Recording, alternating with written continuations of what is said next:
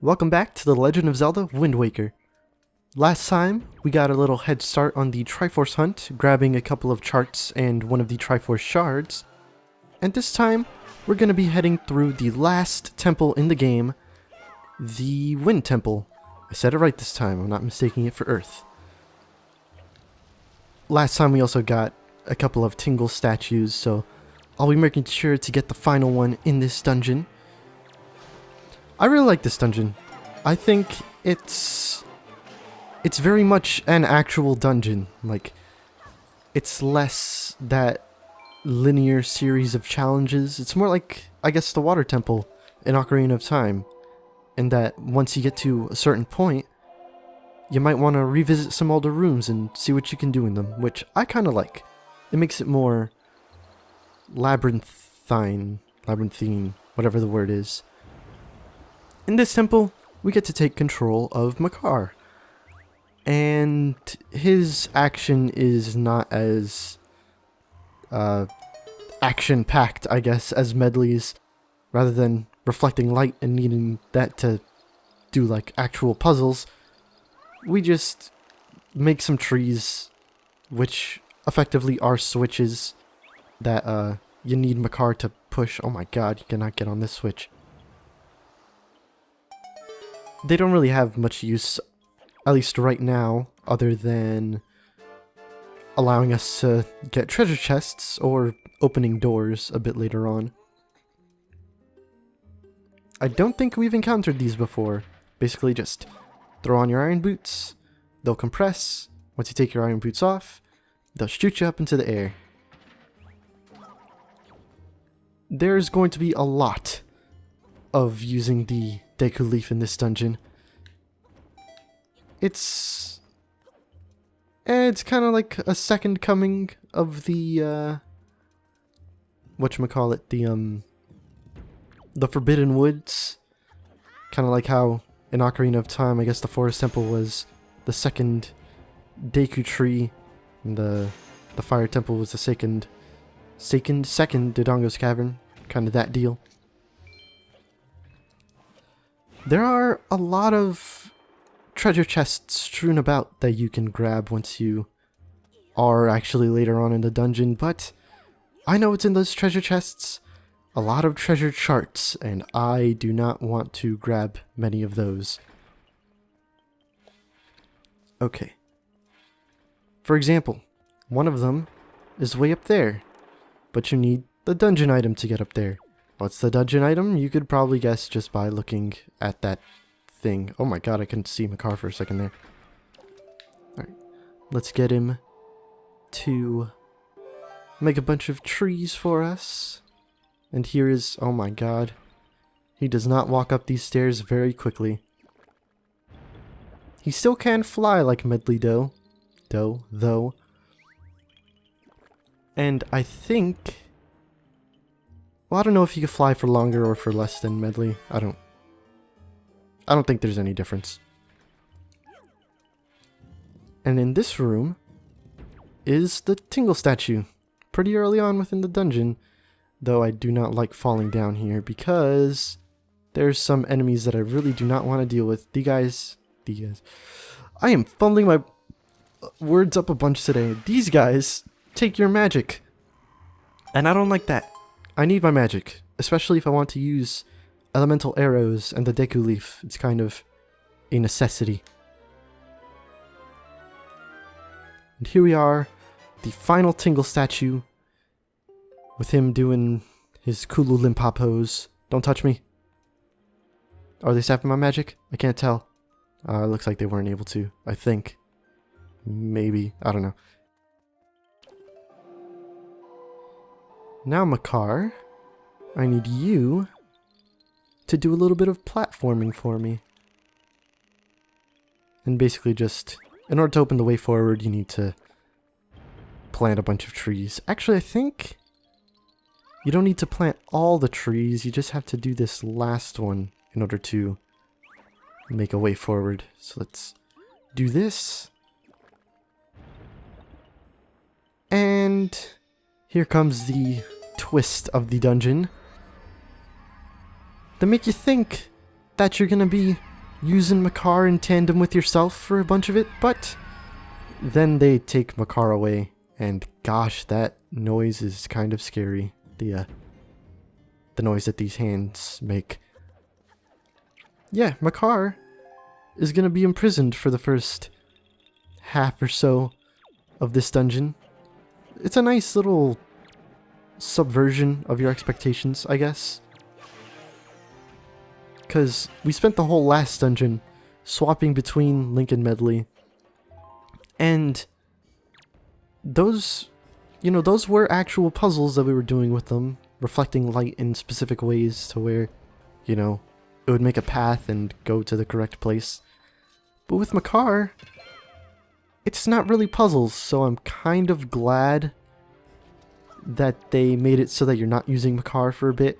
It changes him from being essentially a glorified, like, button press, in that, you know, putting the seeds in the holes is a button press, and it makes him more of a key to enter certain areas, kind of like what a dungeon item actually is.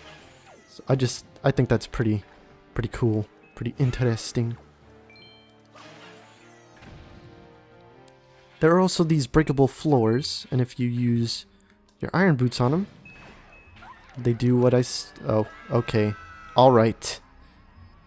Well, they break the floor, is what I was trying to say. Yeah, I did know that there was a floor master down there. I'm just dumb. That happened to me in a practice recording. Well, not practice recording, in a practice take as well. I just straight up got grabbed by the floor master like a dummy. It's a good thing that it doesn't send you all the way back to the start. It just sends you back to the central room of the dungeon. Oh, jeez.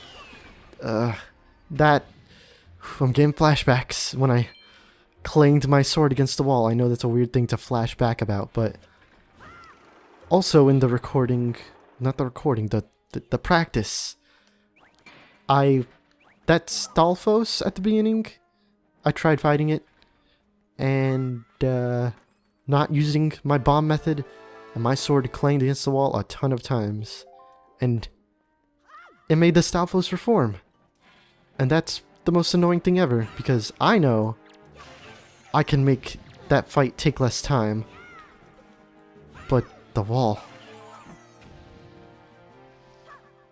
Well, anyway, man, there's so many things to be salty about. Swords clanging against walls, me taking a single hit. Oh, I need some arrows. Hold on.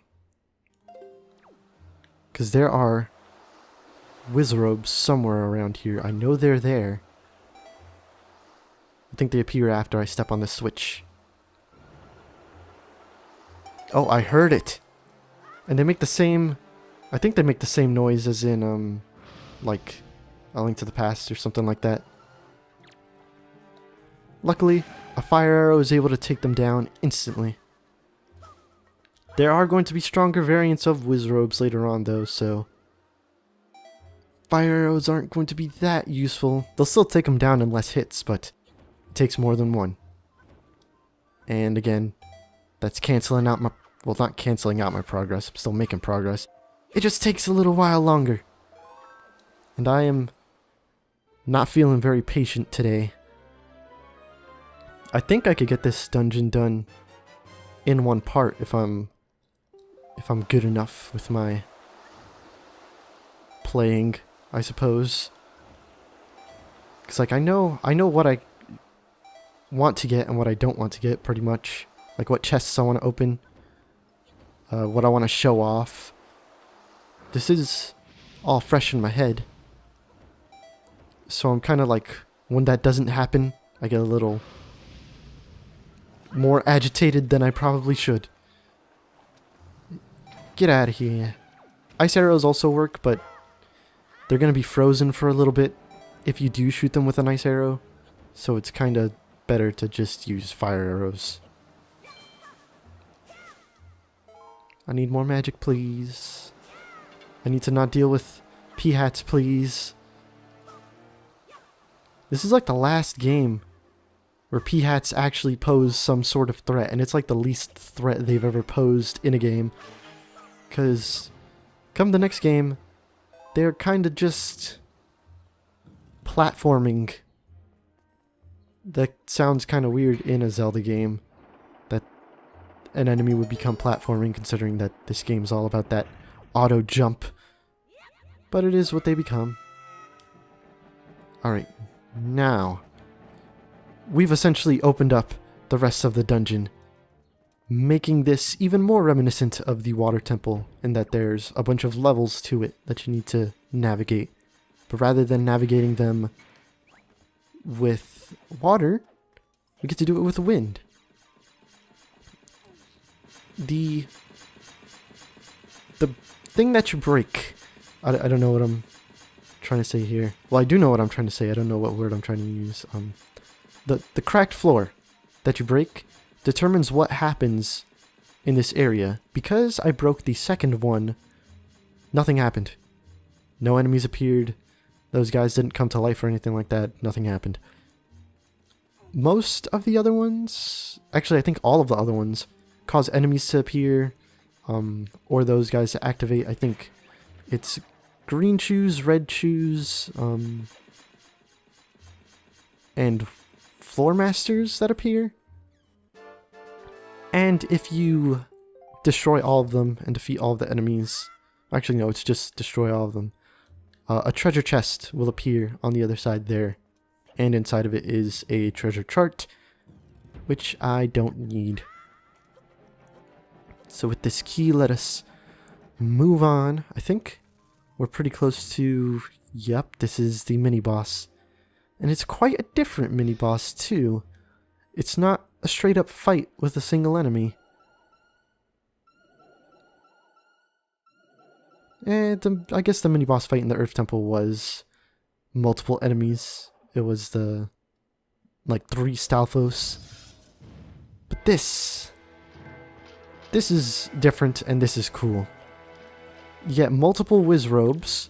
These types of Wizrobes can summon. So, make sure you're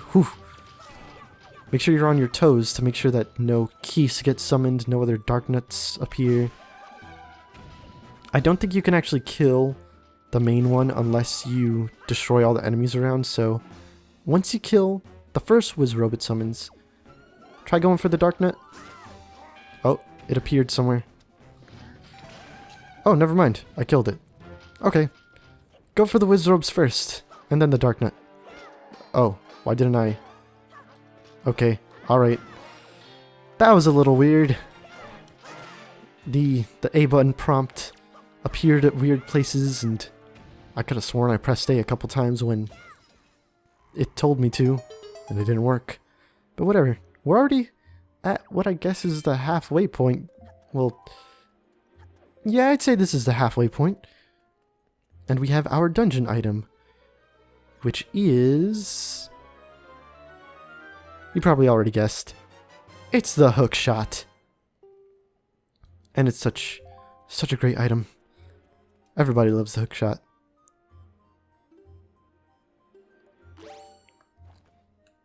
Oh dang, I need my hammer. Oh, actually a cool thing to show off. If you have the hammer equipped, right? It's out in your hands. Like the first button press is to take it out, and then the second button press is to attack with it, right? Well, you can swap the skull hammer with another item, and then you can still use it with like jump attacks, but I think only jump attacks. Yeah. You can't use the same button to actually swing the hammer normally. But I thought that was pretty interesting. That you can... He doesn't immediately put away the item. I'm pretty sure Link did that in Ocarina of Time, probably. And Majora's Mask. Like, once you... if you add an item out, you could swap it out and the game would automatically put it away for you. Anyway, Oh, that's the wrong button. I'm kind of used to having my hook shot on the X button, but since I've been playing Breath of the Wild quite a lot, I like having the leaf on the X button because that's the same button that you use for the paraglider. So it's kind of, yeah, it's kind of freaking me out. Oh, snap. You dropped a golden leaf. Oh, what? Did it just fall? Great. Well, a cool thing about the hook shot is that it can either bring enemies toward you, or if they're too large, bring you toward an enemy, which kinda reminds me of Nero from Devil May Cry 4, and I guess Dante in DMC Devil May Cry, where they have those moves that pull them toward an enemy, or pull an enemy toward them, depending on which move and how heavy the enemy is.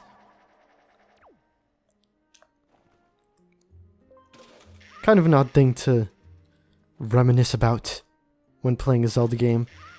I was thinking like, well, what if there was a Devil May Cry Zelda game where the combat was like, you know, combat. I mean, not to say that I don't like Zelda combat, but there's no argument in saying it's not as exciting or cool looking as the combat in like a Devil May Cry or a Bayonetta. Okay, where to next? Oh, yeah, saving Makar, forgot about that. In order to let Makar go In order to let Makar go free, you gotta put on your iron boots and be heavy enough to break down that stone thing. And now we can take him with us wherever we want. Joy pendant, I'll take it. I can sell this. So, I think I want to go back to the... I think it's that area right there. But I really don't feel like dealing with these enemies. Hopefully they don't wake up. Okay, cool. So let's get my car over here. Because there was a stone slab thing that you need the Song of the Dungeon to open up. So I'm going to take him over there. I think that one is mandatory. It's not like a chest full of rupees or anything like that. Oh, the enemies respawned, which means the Floor Master is back, so I'm going to have to take care of that before doing anything else. Floor Master is one of those that brings you toward it, and that can actually be pretty scary. Yeah, I made up for my lost golden feather. Okay, are you back? Yes, you are. Will I kill you? Yes, I will. And, of course, there's the other one over here. Oh, don't. Whew. He grabbed me. I thought he would be able to actually take me away. Yeah, sometimes when you're attacking them, depending on, like, the positioning, you won't attack in the correct direction. And that'll cause you to, you know, obviously whiff and waste time. And that time wasted will be just enough for them to drag you back to the beginning of the area. Alright, now that the path is fine... Wait, could I have just... Is there a way to go back up on the side? Yes, there is. Okay. So I did not need to go around again.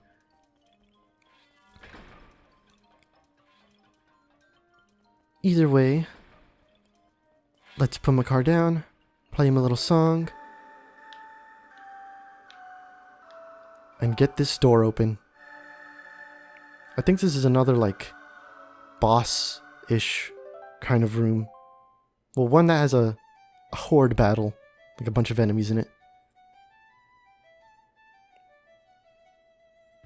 Such a nice tune. I guess Makar could stay out here.